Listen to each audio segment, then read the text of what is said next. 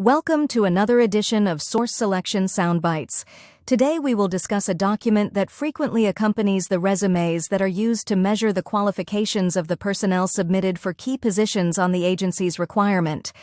A letter of intent, or LOI, that is sometimes referred to a letter of commitment, is a document that serves as a formal declaration, outlining the preliminary commitments between a potential contractor and the candidate to fill a key personnel position that will support a government requirement. The LOI demonstrates a candidate's intent to commit to working with a vendor should they win the contract and/or to move forward with negotiations, and may set forth the key terms under which both parties agree to work together in anticipation of a formal contract. The LOIs are significant for setting the stage for a future agreement, but they may or may not be legally binding. Despite not being a definitive contract, the LOI signifies a serious intention to work with the contractor on a particular project.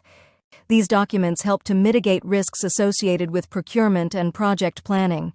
In the context of government contracting, an LOI often includes, but is not required to contain, a variety of important details such as the scope of work, project timelines, payment agreements, and confidentiality terms. From the government's point of view, the purpose of the letters of commitment for key personnel is to preclude an offeror from proposing an impressive array of employees, being evaluated on that basis, and receiving award, even when the persons proposed had never committed themselves to the offeror, may have no intention of doing so. If a letter of commitment is required, a vendor may not represent that it will staff its work with certain individuals without a letter of commitment or a reasonable belief based on prior contacts that the personnel would work for its company in support of government's requirements. There are no specific requirements for letters of intent in the Federal Acquisition Regulation, so the requirements may vary by solicitation. The agency may specify the content of the letters of intent, or it may just require them without any specific requirements. Given the purpose of the letters of intent to avoid the bait and switch and provide assurance that the company has a reasonable belief that the candidate is committed to working for the company, there is one requirement for it to be a valid letter of intent. It must be signed. The CO should also read the letter of intent to ensure it does not have any terms and conditions that conflict with the solicitation or current law.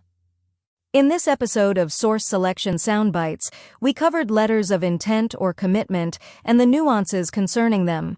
This concludes today's Source Selection Soundbite. If this video was helpful, hit the like and subscribe button to ensure you don't miss any new material.